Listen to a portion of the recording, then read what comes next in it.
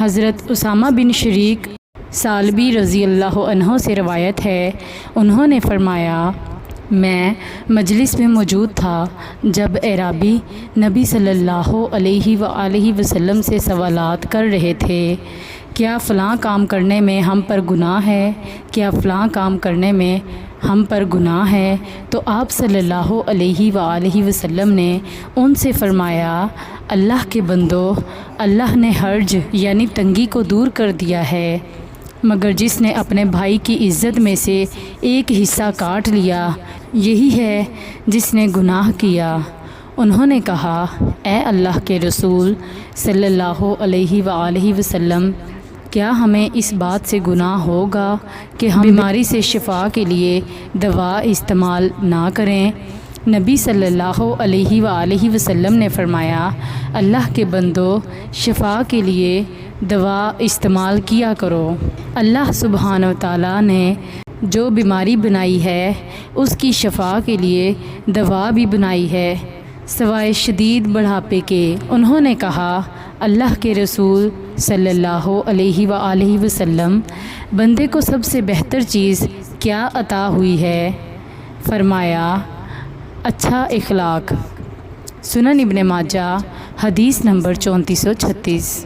حضرت ابو خزامہ رضی اللہ عنہ سے روایت ہے، انہوں نے فرمایا، رسول اللہ صلی اللہ علیہ وآلہ وسلم سے سوال کیا گیا، ہم دواؤں کے ذریعے سے علاج کرتے ہیں اور دعاؤں کے ساتھ دم کرتے ہیں اور دفاعی اشیاء کے ذریعے اپنا بچاؤ کرتے ہیں، کیا یہ چیزیں اللہ کی تقدیر میں سے کسی چیز کو روک سکتی ہیں؟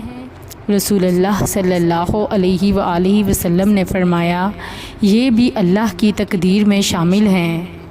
سنن ابن ماجہ حدیث نمبر 3437۔ حضرت ابو ہریرہ رضی اللہ عنہ سے روایت ہے، رسول اللہ صلی اللہ علیہ وآلہ وسلم نے فرمایا، اللہ نے جو بیماری نازل کی ہے اس کی شفا یعنی دوا بھی نازل کی ہے۔ سنن ابن ماجہ حدیث نمبر 3439۔ حضرت عبداللہ بن عباس رضی اللہ عنہما سے روایت ہے، نبی صلی اللہ علیہ وآلہ وسلم نے ایک آدمی کی عیادت فرمائی تو اس سے پوچھا، تمہیں کس چیز کی خواہش ہے؟